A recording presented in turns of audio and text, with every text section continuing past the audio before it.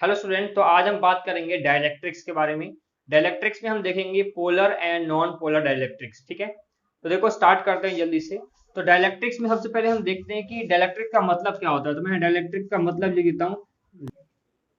Students देखो यहाँ पर डाइलेक्ट्रिक का मतलब क्या है, सबसे पहले ये देख लो। डाइलेक्ट्रिक्स का मतलब होता है, डाइलेक्ट्रिक्स आर दोज मटेरियल, ये वो मटेरियल होते हैं विच ट्रांसमिट इलेक्ट्रिक इफेक्ट, जो इलेक्ट्रिक इफेक्ट को क्या कर देते हैं, ट्रांसमिट कर देते हैं विदाउट एक्चुअली कंडक्टिंग इलेक्ट्रिसिटी। ये इंसुलेटर होते हैं टाइप के। ठीक है, ये इंसुलेटर क्या करते हैं, ये खुद इलेक्ट्रिसिटी कंडक्ट नहीं करते, लेकिन जो इलेक्ट्रिसिटी का इफेक्ट जो होता है ना, उसको ट्रांसमिट कर देते हैं। ठीक है, इसको हम बोलते हैं डाइलेक्ट्रिक। ठीक है स्टूडेंट्स, समझ में आया। ये क्या होते हैं, इंसुलेटेड होते हैं, इंसुलेटर होते हैं टाइप के। These are types of insulator, जैसे कि बहुत सारे टाइप्स के होते हैं। ठीक है, जैसे मैं आपको बता दूंगा, टेफ्लॉन होते हैं जैसे कि, ठीक है, पीवीसी होती है और नेचुरल रबर होती है।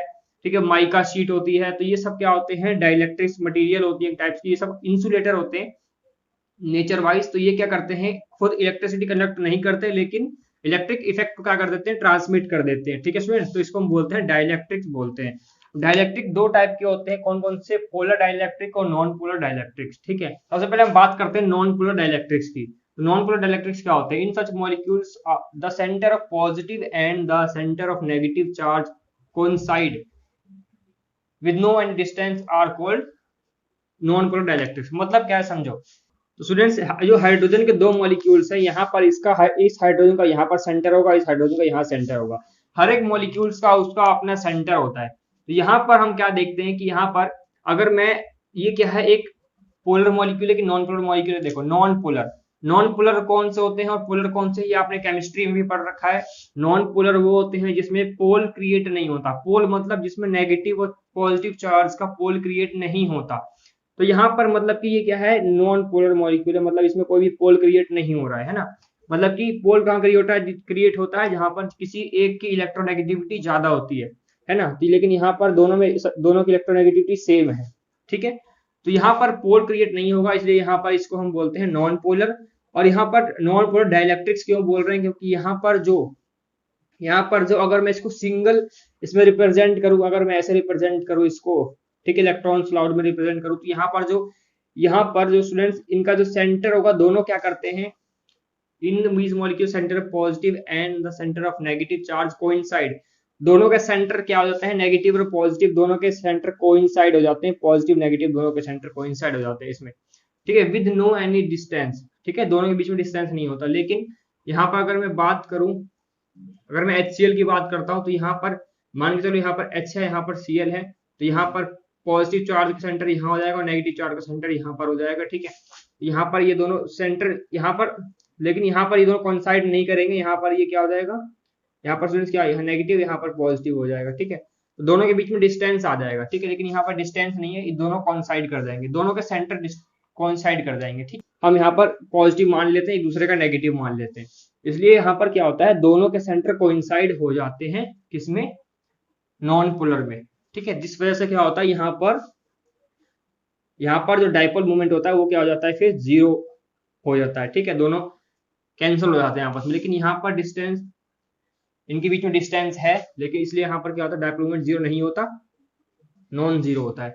इसलिए मैंने यहाँ पे लिखा हुआ है कि due to which they have non zero dipole moment. ठीक है, और यहाँ पर डाइपोल मोमेंट कितना होगा, जीरो हो जाएगा, क्योंकि दोनों ही आपस में कॉन्साइड हो जाएंगे। कॉन्साइड मतलब कि दोनों आपस में जुड़ जाएंगे। ठीक है, यहाँ पर सेम ऑक्सीजन के केस में भी ऐसी होगा। ठीक है, और यहाँ पर नाइट्रोजन के केस में भी ऐसी होगा। और H2O और H2O के केस में देखो कैसे होता है। H2O के केस में ऐसे होगा स्टूडेंट्स, देखो ये जो ऑक्सीजन है ये ऐसे है, बेंट शेप होती है ऑक्सीजन में, है ना। तो एक एक मॉलिक्यूल यहाँ पर होगा और एक मॉलिक्यूल यहाँ पर होगा। ठीक है, ठीक है स्टूडेंट, तो ये H2O है, यहाँ पर ये ऑक्सीजन है आपका, ये थोड़ा इसको बड़ा बना दो।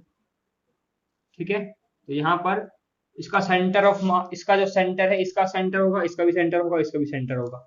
तो ये सब कहाँ कोइंसाइड करेंगे, ये सभी कोइंसाइड करेंगे कहाँ पर, यहाँ पर कोइंसाइड करेंगे।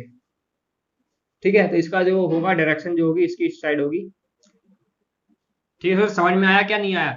देखो मेन यहाँ पर हमें ये देखना है कि जो आपका नॉन पोलर होगा, नॉन पोलर में क्या होते हैं कि दोनों ही क्या होंगे, दोनों का ही एक इसका एक हम हाइड्रोजन दोनों एक हम नेगेटिव मानेंगे, एक हम पॉजिटिव मानेंगे। इसमें पोल क्रिएट नहीं है, इसमें इलेक्ट्रोनेगेटिविटी किसी की ज्यादा नहीं है, इसमें दोनों ही कोइंसाइड हो जाएंगे, ठीक है।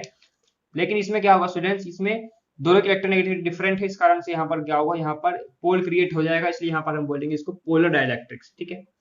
तो स्टूडेंट यहाँ पर जो डायपोल मोमेंट होगा आपका, जो वो क्या होगा, जीरो नहीं होगा, यहाँ पर डायपोल मोमेंट जीरो हो जाएगा, क्योंकि दोनों ही क्या होगा, कोइंसाइड होगा, यहाँ पर पॉजिटिव नेगेटिव दोनों कोइंसाइड होगा यहाँ, ठीक है।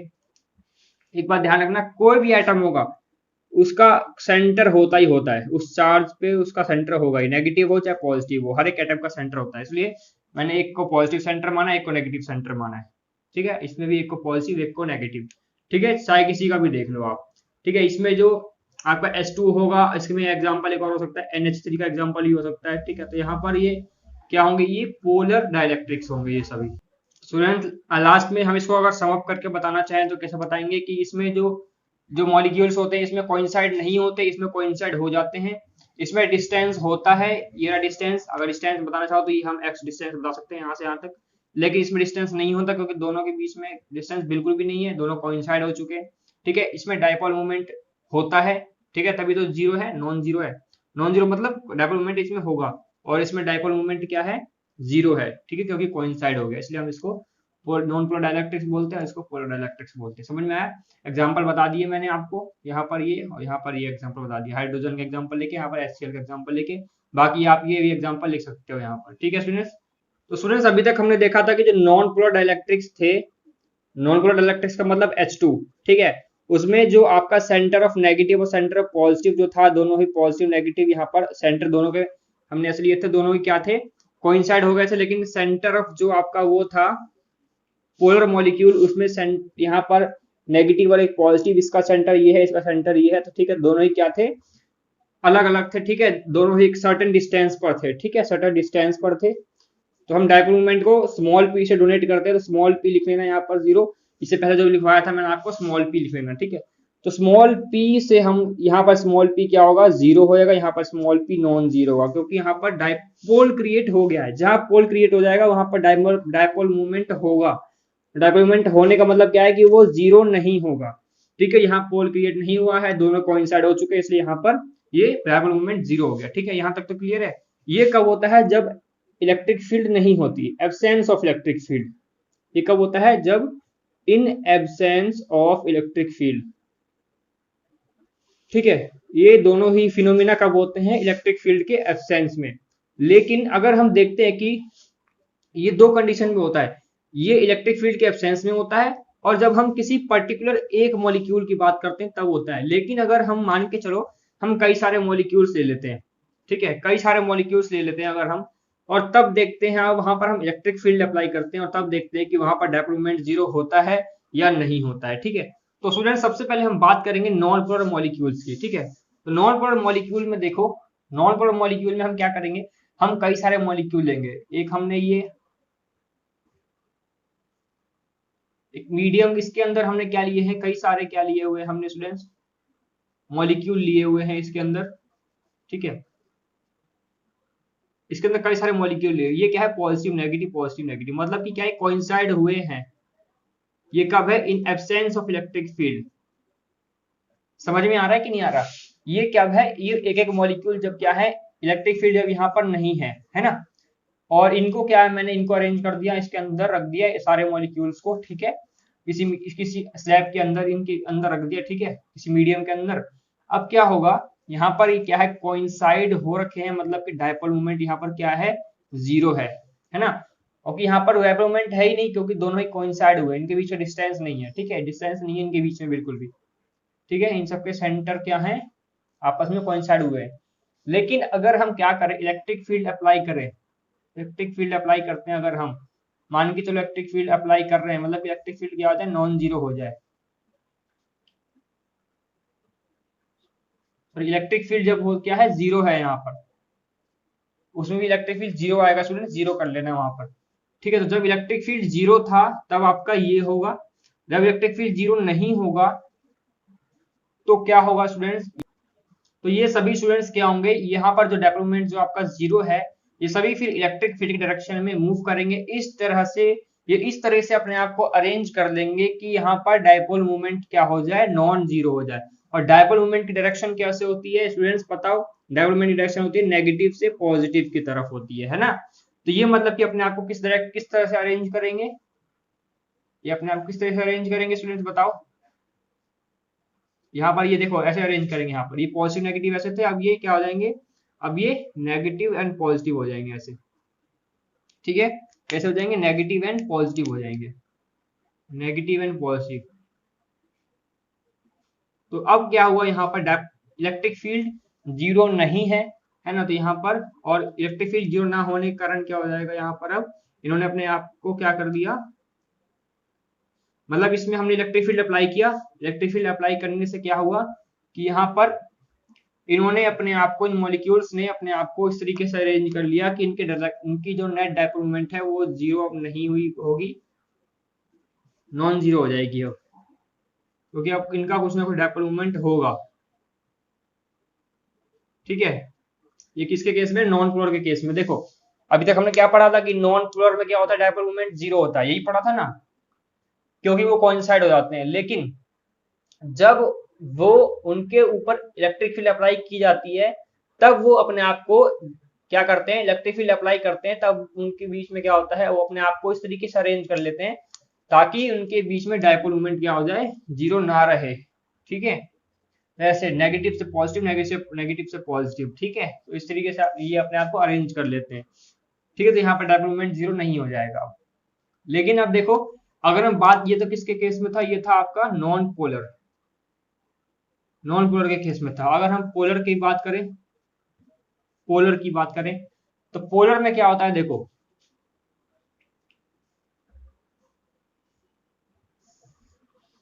अब पोलर में क्या होता है स्टूडेंट, देखो पोलर में हमने अभी तक क्या पढ़ा था कि किसी सिंगल मॉलिक्यूल में क्या होता है, यहाँ पर नेगेटिव, यहाँ पॉजिटिव, यहाँ पर इसका सेंटर यहाँ होगा, इसका सेंटर ये होगा, ठीक है। दोनों ही क्या होंगे, डिस्टेंस पर होंगे, सिंगल मॉलिक्यूल की बात कर रहे हैं। जब यहाँ पर इलेक्ट्रिक फील्ड जीरो हो जाएगी, ठीक है, तो इसका डायपोल मोमेंट भी तब भी होगा, तब भी इसका डायपोल मोमेंट होगा स्टूडेंट्स, क्योंकि यहाँ पर ये पोल क्रिएट हो रहा है सिंगल मॉलिक्यूल में। अगर इलेक्ट्रिक फील्ड जीरो है तब भी इसका डायपोल मोमेंट होगा, क्योंकि यहाँ पर पार्शियल नेगेटिव, यहाँ पर पार्शियल नेगेटिव और यहाँ पर पार्शियल पॉजिटिव हो जाएगा, ठीक है, इस कारण से। तो स्टूडेंट्स यहाँ पर फिर भी क्या होता है, इसमें डायरेक्शन जो होगी आपकी, इसमें डायरेक्शन जो होगी डायपोल मोमेंट की इस डायरेक्शन में होगी। आप सही कर लेना, जहाँ पर अगर मैंने गलत करवाया हो इससे पहले वाला डायरेक्शन मैंने आपको ऐसे करवाई थी, आप ऐसे कर लेना, ठीक है। नेगेटिव से पॉजिटिव होनी चाहिए, ठीक है। तो यहाँ पर स्टूडेंट्स डायपोल मोमेंट यहाँ पर जीरो नहीं होगा, समझ में आ रहा है कि नहीं आ रहा है। लेकिन अगर हम कई सारे मॉलिक्यूल्स ले लें, जैसे इसमें लिया था, है ना, तो इसमें लिया था कई सारे मॉलिक्यूल्स अगर हमने लिए थे इसमें, है ना, यहाँ पर कई सारे मॉलिक्यूल्स ले लेते हैं अगर हम, और ये कई सारे मॉलिक्यूल जब हम लेंगे ना तो ये आपस में जरूरी नहीं कि ऐसे ही होंगे, कोई मॉलिक्यूल ऐसे होगा अरेंज, इसमें कोई मॉलिक्यूल ऐसे अरेंज होगा, कोई मॉलिक्यूल्स कैसे होगा, ऐसे अरेंज होगा इसमें, ठीक है। मतलब कि सबकी जो ओरिएंटेशन होगी, सबकी ओरिएंटेशन मतलब सबकी जो डायरेक्शन होगी ना, एक तरह से आपकी एक्सिस अलग अलग होगी डायरेक्शन से। तो यहाँ पर क्या हो जाएगा, यहाँ पर मान के चलो यहाँ पर नेगेटिव है, यहाँ पॉजिटिव है, यहाँ नेगेटिव, यहाँ पॉजिटिव, यहाँ नेगेटिव, यहाँ पॉजिटिव, नेगेटिव यहाँ पॉजिटिव, सब है तो सब एक ही, यहाँ मान के चलो यहाँ नेगेटिव है, यहाँ पर पॉजिटिव है, तो नेगेटिव से पॉजिटिव तरफ डायरेक्शन जाती है। अभी भी ये सही है, गलत नहीं है, क्योंकि यहाँ पार्शियल नेगेटिव है, यहाँ पार्शियल पॉजिटिव, अभी ये सही है। अगर मैं यहाँ लिख के देखूँ, यहाँ पर Cl आएगा, यहाँ पर H आएगा, HCl, ये HCl का बना हुआ है, ठीक है। बुक में आपका ऐसे बना रखा है, यहाँ Cl है और यहाँ पर H है, यहाँ पर यहाँ डायरेक्शन इसकी ऐसे जा रही है, इसकी P की, ठीक है, डायपोल मोमेंट की, ठीक है। तो यहाँ पर क्या है कि नेगेटिव से पॉजिटिव, नेगेटिव से पॉजिटिव, नेगेटिव से पॉजिटिव, नेगेटिव पॉजिटिव, लेकिन आप सोच रहे हो कि यहाँ पर भी डायपोल मोमेंट क्या होगी, जीरो नहीं होगी, है ना, क्योंकि यहाँ पर तो पोल क्रिएट हो रहा है ऑलरेडी। लेकिन गलत सोच रहे हो, यहाँ पर डायपोल मोमेंट जीरो हो जाएगी, कब हो जाएगी, जब हम कई सारे मॉलिक्यूल्स को लेंगे, और दूसरी कंडीशन ये है कि जब ये सब क्या होंगे, आपस में एक दूसरे की अपोजिट या एक दूसरे की अपोजिट डायरेक्शन में ओरिएंटेड होंगे। मतलब कि क्या है कि ये देखो एक डायरेक्शन में नहीं है, यहाँ पर देखो सिमेट्रिक डायरेक्शन में, तो ये क्या है आपस में, कोई इधर मॉलिक्यूल है, कोई इधर साइड है, मतलब कि सबकी ओरिएंटेशन अलग अलग है, सबकी डायरेक्शन अलग अलग है। इस कारण से यहाँ पर ये क्या हो जाएंगे, इक्वल एंड अपोजिट हैं, और इस डायरेक्शन में एक इनका डायरेक्शन अलग अलग होने के कारण यहाँ पर एक कैंसल आउट हो जाएंगे एक दूसरे से, और कैंसल आउट हो जाने से वजह से क्या होगा, ये क्या हो जाएंगे, यहाँ पर जीरो हो जाएगा इसका डायपोल मोमेंट। लेकिन यहाँ पर जीरो क्यों नहीं हुआ, यहाँ पर इसलिए नहीं हुआ क्योंकि ये सिंगल मॉलिक्यूल था स्टूडेंट, समझ में, सिंगल मॉलिक्यूल था, लेकिन यहाँ पर सिंगल मॉलिक्यूल नहीं है, इसलिए ये एक दूसरे से कैंसल आउट हो जाएंगे, इसलिए यहाँ पर क्या हो जाएगा, जीरो हो जाएगा डायपोल मोमेंट। लेकिन यहाँ तो जीरो पहले से ही है ना, तो इनको कैंसल आउट होने की क्या जरूरत है, ये तो पहले से कोइंसाइड हो रखे हैं, नेगेटिव पॉजिटिव, इनके बीच में डिस्टेंस ही कहाँ है, लेकिन इनके बीच डिस्टेंस है। अगर सिंगल मॉलिक्यूल की बात करें तब तो पोलर है ये, लेकिन यहाँ पर ये पोलर मॉलिक्यूल ढेर सारे यहाँ पर आ गए, लेकिन इनके ओरिएंटेशन डिफरेंट है, इस डायरेक्शन अलग अलग है सबकी, इसलिए आप आपस में क्या हो जाएंगे, ये कैंसिल हो जाएंगे एक दूसरे से, इसलिए यहाँ पर डायपोल मोमेंट जीरो हो जाएगा, बस यही था। इलेक्ट्रिक फील्ड जीरो यहाँ पर भी है। लेकिन अगर हम इलेक्ट्रिक फील्ड अप्लाई करते हैं, अगर हम इलेक्ट्रिक फील्ड यहाँ ये कब है, जब इलेक्ट्रिक फील्ड जीरो है, तो क्या हो जाएगा, आपका जो P है वो भी जीरो हो जाएगा, ठीक है। लेकिन अगर हम इलेक्ट्रिक फील्ड अप्लाई कर रहे हैं, मतलब कि इलेक्ट्रिक फील्ड नॉन जीरो है, तब क्या हो जाएगा, तब क्या होगा, तब स्टूडेंट्स क्या होगा, देखो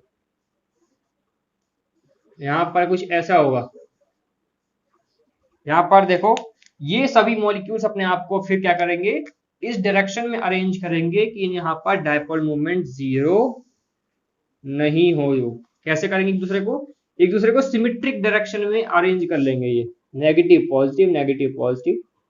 अब देखो इनके ओरिएंटेशन भी क्या है, बिल्कुल सिमेट्रिक है ना, कोई एक दूसरे से तिरछा टेढ़ा नहीं है, एक दूसरे सिमेट्रिक ये है, सिमेट्रिक डायरेक्शन में, ठीक है। तो इस तरीके से हम बता सकते हैं कि अगर हम इलेक्ट्रिक फील्ड जीरो है, इसमें भी जीरो है, यहाँ पर तो कोइंसाइड हो रखे हैं, इनके बीच में डिस्टेंस ही नहीं है, इस कारण से आप, तो यहाँ पर जो आपका डायपोल मोमेंट है वो क्या हो जाएगा, जीरो हो जाएगा, ठीक है। और नॉन पोलर में तो वैसे भी डायपोल मोमेंट जीरो ही होता है, लेकिन पोलर में तो डायपोल मोमेंट जीरो नहीं होता, पढ़ा है आपने। लेकिन अगर हम कई सारे मॉलिक्यूल ले लें, तब यहाँ पर क्या हो जाता है, डिफरेंट ओरिएंटेशन होने के कारण, ठीक है, डिफरेंट ओरिएंटेशन होने के कारण क्या होते हैं, एक दूसरे क्या हो जाते हैं, कैंसल ईच अदर, ठीक है। आप अपनी लैंग्वेज में किस तरीके से भी लिख सकते हो, ठीक है, तो एक दूसरे कैंसल आउट हो जाते हैं ईच अदर, ठीक है। तो यहाँ पर फिर इसके बाद नेक्स्ट स्टेप में हम क्या करते हैं, इसमें इलेक्ट्रिक फील्ड अप्लाई करते हैं। अब इलेक्ट्रिक फील्ड अप्लाई करेंगे ना, तो ये अभी इधर कोई इधर घूम रहा था, कोई इधर घूम रहा था, कोई इधर घूम रहा था, जैसी इलेक्ट्रिक फील्ड आएगा, मतलब इलेक्ट्रिक फील्ड जैसी आएगा यहाँ पर, जैसी आया इसके अंदर इलेक्ट्रिक फील्ड आने का मतलब क्या है, नॉन जीरो, मतलब अब जीरो नहीं है, नॉन जीरो हो गया। तो जैसे इलेक्ट्रिक फील्ड आया, सभी एक डायरेक्शन में चलेंगे लाइन से सीधे, सभी मॉलिक्यूल। इसमें भी ऐसे ही था, यहाँ पर भी क्या था, डायपोल मोमेंट जीरो था, इलेक्ट्रिक फील्ड जीरो था, लेकिन जैसे इलेक्ट्रिक फील्ड आता है यहाँ पर भी ये अलाइन में आता है, ये ऐसे था, देखो नेगेटिव पॉजिटिव ऐसा, लेकिन अब ये नेगेटिव पॉजिटिव ऐसे जाते हैं डायरेक्शन में, इस डायरेक्शन में होगा ये अभी, ठीक है, समझ में आया। तो यहाँ पर ये क्या होगा, ये डायरेक्शन किसको दिखाती है, ये डायरेक्शन नेगेटिव से पॉजिटिव डायरेक्शन किसको दिखाती है स्टूडेंट्स, ये दिखाती है डायपोल मोमेंट को। तो इससे क्या पता चल रहा है कि हाँ डायपोल मोमेंट क्या है आपका, नॉन जीरो है, ठीक है। तो यहाँ पर इलेक्ट्रिक फील्ड से समझ में आया क्या इफेक्ट पड़ता है, अगर इलेक्ट्रिक फील्ड आपका जीरो होगा तो डायपोल मोमेंट तो जीरो होगा ही, लेकिन इलेक्ट्रिक फील्ड अगर आपका नॉन जीरो हो गया तो अब वो क्या जाते हैं, फिर वो आपका डायपोल मोमेंट नॉन जीरो हो जाता है, ठीक है स्टूडेंट्स, समझ में आया। स्टूडेंट्स अब हम बात करेंगे डाइलेक्ट्रिक पोलराइजेशन के बारे में। इससे पहले मैंने आपको बता दिया कि उसमें पोलराइजेशन, उसको हम पोलराइजेशन ही एक तरह से बोल सकते हैं, इससे पहले मैंने आपको जो बताया, ठीक है। तो इसको हम डिटेल से स्टडी करेंगे, डाइलेक्ट्रिक पोलराइजेशन क्या होती है। तो देखो मैं आपको डायग्राम समझाता हूँ। सबसे पहले डायग्राम कैसे है कि आपका यहाँ पर एक प्लेट है और यहाँ पर एक प्लेट है, ठीक है, बीच में आपका क्या है, एक स्लैब लगी हुई है, डाइलेक्ट्रिक स्लैब बोलते हैं जिसको हम। इसके बीच में कई सारे मॉलिक्यूल्स हैं, ठीक है, कई सारे मॉलिक्यूल्स हैं इसके बीच में। ऐसे तो यहाँ पर 3 मॉलिक्यूल्स, एक लाइन में 3 मॉलिक्यूल्स करके दिखाते हैं, पर मैं यहाँ पर एक लाइन में 2 मॉलिक्यूल्स ही आपको बता रहा हूँ करके, ठीक है। यहाँ पर क्या होगा, यहाँ पर पॉजिटिव चार्ज होता है ना, इस प्लेट में पॉजिटिव चार्ज है, ठीक है स्टूडेंट, इस पॉइंट पॉजिटिव है, और यहाँ पर क्या हो जाएगा आपका, इस सेकंड वाली प्लेट में नेगेटिव चार्ज होगा, ठीक है। इस साइड में दिखा दो नेगेटिव चार्ज, ये नेगेटिव चार्ज है, ठीक है। अब यहाँ पर पॉजिटिव नेगेटिव होगा, लेकिन अगर हम यहाँ पे इलेक्ट्रिक फील्ड अप्लाई कर दे, मतलब कि नॉन जीरो कर दे, मतलब कि मैं इलेक्ट्रिक फील्ड को आपको ऐसे शो कर रहा हूँ, ठीक है, मैं इसको ई नॉट से शो कर रहा हूँ, ठीक है, इलेक्ट्रिक फील्ड इस डायरेक्शन में है, ठीक है, मतलब कि पॉजिटिव से नेगेटिव।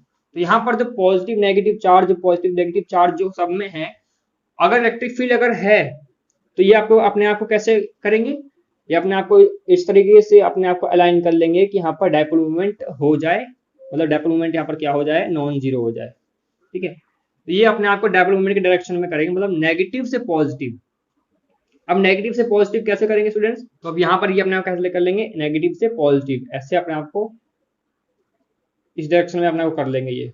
ठीक है, अब यहाँ पर डायपोल मूवमेंट जो होगा इस डायरेक्शन में होगा, ऐसे नेगेटिव से पॉजिटिव।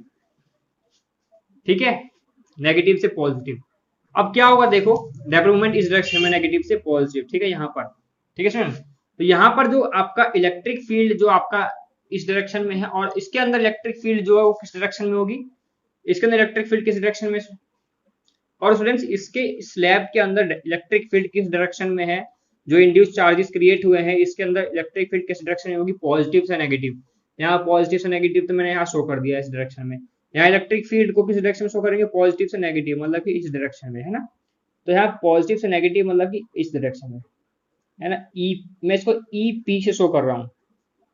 ठीक है, ई पी से शो कर रहा हूँ यहाँ पर, मतलब कि इसके अंदर जो है, इसके अंदर ई पी, या फिर आप ई एम से भी शो कर सकते हो, मतलब कि मीडियम, ये मीडियम है ये आपका। ठीक है, तो ई एम से भी शो कर सकते हो।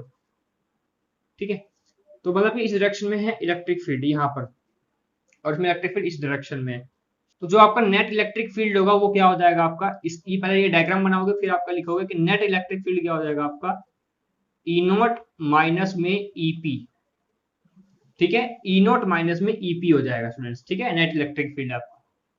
ठीक है, यहाँ पर जो आपका, इसका मतलब क्या है देखो, कि यहाँ पर जो ई नोट है वो ज्यादा है, मतलब कि बाहर जो इलेक्ट्रिक फील्ड है आपका, इसकी वजह से जो इलेक्ट्रिक फील्ड हो रहा है वो बाहर ज्यादा है, और इसके अंदर जो इलेक्ट्रिक फील्ड है वो कम है ना। इसलिए इसमें से बड़े में से ज्यादा कम माइनस हो रहा है, इसलिए यहाँ पर इलेक्ट्रिक फील्ड, आपका जो नेट इलेक्ट्रिक फील्ड होगा वो बाहर वाले कंपेयर में कम आएगा। तो इस तरीके से आप बता सकते हो यहाँ पर। तो यहाँ पर जो आपका ई नोट माइनस ईपी हो जाएगा, ये किसके केस में होता है, इंसुलेटर के केस में। एक तरह से डाइलेक्ट्रिक, एक तरह के इंसुलेटर ही तो होते हैं, लेकिन जो कंडक्टर होता है उसमें इलेक्ट्रिक फील्ड इनसाइड और आउटसाइड दोनों इक्वल होती है, मैंने आपको पहले ही बताया हुआ है। लेकिन इसके अंदर क्या होता है, ये वाला ज्यादा होता है और ये अंदर वाला कम होता है, इसकी इलेक्ट्रिक फील्ड।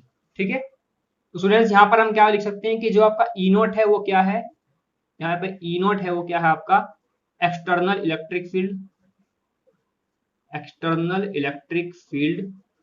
आपका जो ईपी है वो क्या है आपका, मैंने बताया आपका इंड्यूस्ड, इंड्यूस्ड चार्ज की वजह से आया ये सब।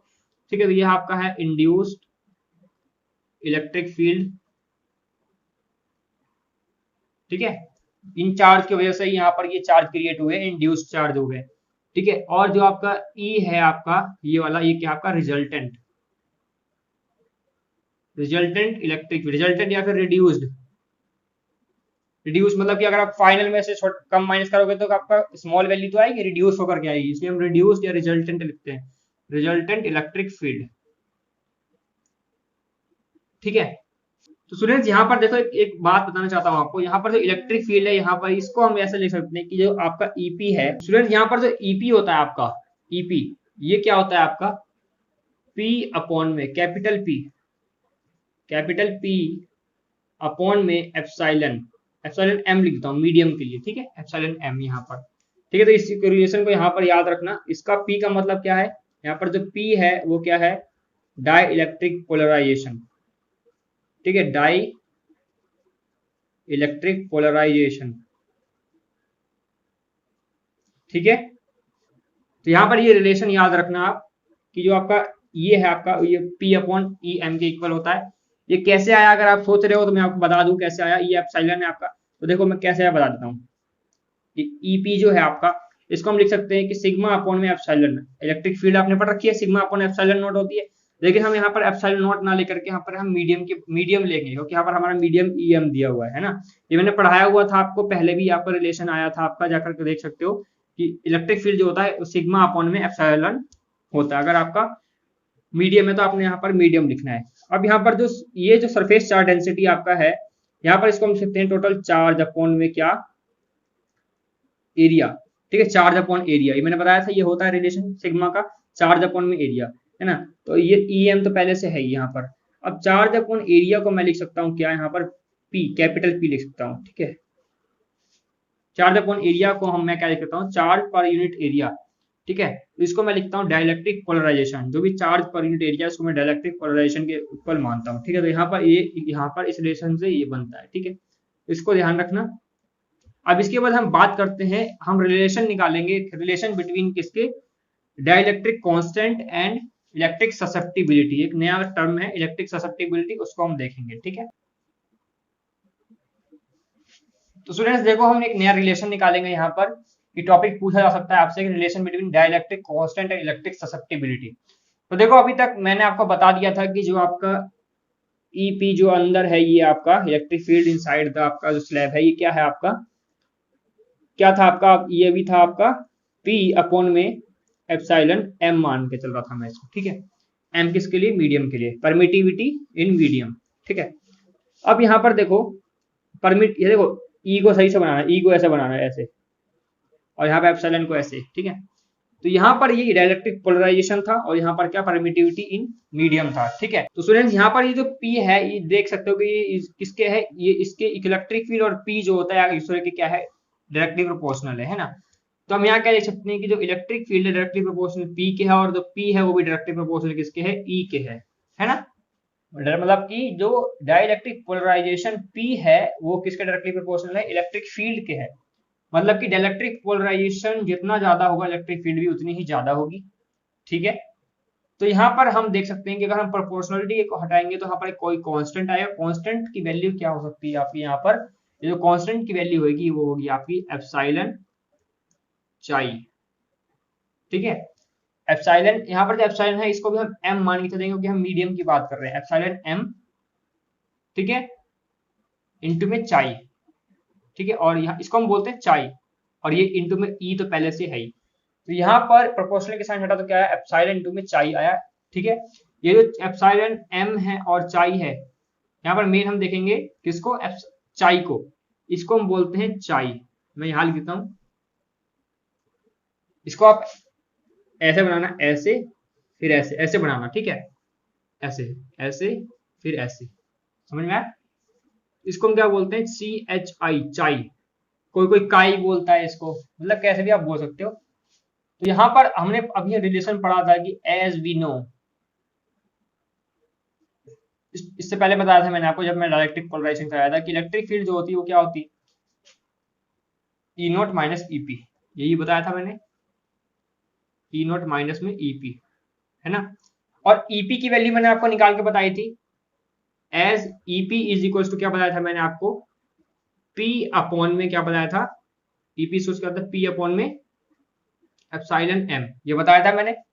अब क्या कर सकते हैं हम, यहाँ पर इस वैल्यू को हम पुट कर सकते हैं किसमें, इसमें, ठीक है। तो हम यहाँ पर E इक्वल टू में कैसा लिखेंगे, E इज इक्वल टू में E नॉट माइनस, अब क्या है, ईपी की जगह पर आप क्या लिखोगे, ये लिखोगे, ठीक है, P अपॉन में E m। अब इस P की वैल्यू को हमने यहाँ फाइंड किया है अभी अभी, तो इसको इसकी जगह हम ये लिखेंगे, ठीक है। तो हमें पता है कि P इक्वल टू क्या होता है, एप्सिलॉन m चाई इंटू में E होता है। तो यहाँ पर हम लिख देते, पुट कर देते हैं, E इक्वल टू में क्या हो जाएगा, E नॉट माइनस में P की जगह पे क्या लिखेंगे, E m चाई, E अपॉन में E m, permittivity in medium, ठीक है, ये कैंसिल हो जाएंगे। ध्यान रखना ये जो होता है ये डायमेंशनलेस होता है, डायमेंशनलेस एंड यूनिटलेस। अगर आपसे कोई पूछे कि इलेक्ट्रिक ससेप्टिबिलिटी को हम चाई से शो करते हैं, इलेक्ट्रिक ससेप्टिबिलिटी मतलब चाई की अगर डायमेंशन बताओ, यूनिट बताओ, तो क्या बोलोगे, यूनिटलेस डायमेंशनलेस होता है, इसकी कोई यूनिट नहीं होती, कोई डायमेंशन नहीं होता, ठीक है। तो यहाँ पर E क्या हो जाएगा आपका, E नॉट माइनस चाई E हो जाएगा आपका, ठीक है। चाई यहाँ पर E मल्टीप्लाई हो जाएगा ऐसे, है ना। अब यहाँ पर क्या होगा, देखो ये इधर साइड आ जाएगा, E इधर आएगा तो पॉजिटिव, माइनस का तो पॉजिटिव हो जाएगा, तो ना E प्लस चाई, E इज इक्वल टू क्या बचेगा यहाँ पर, E नॉट ऐसे बचेगा, ठीक है। अब यहाँ से कॉमन निकल रहा है E, है ना। तो मैं यहाँ पर लिख देता हूँ, आप इसको लिख देना, मैं यहाँ पर मिटा के लिख रहा हूँ। यहाँ पर कॉमन निकल रहा है क्या, E कॉमन निकल रहा है, तो 1 प्लस में चाई बचेगा, इज इक्वल टू में आप E नॉट है, ठीक है। यहां पर अब क्या होगा, ये जो आपका 1 प्लस चाई है ये यहीं रहेगा, और electric field external electric field upon में इलेक्ट्रिक फील्ड आ जाएगा यहाँ पर, ठीक है। तो इसको हम किससे शो करते हैं, इसको हम शो करते हैं स्टूडेंट्स किससे, ये ई नोट अपॉन में ई जो आया है आपका, ये क्या हो जाएगा आपका डाइलेक्ट्रिक कांस्टेंट हो जाएगा, यही आपका के इसको हम के लिखेंगे, है ना, इसको हम के लिख देंगे। और यहां से अगर के की वैल्यू फाइंड करनी हो तो के की वैल्यू फाइंड क्या कर सकते हो, 1 प्लस में चाई, ऐसे लिख सकते हो।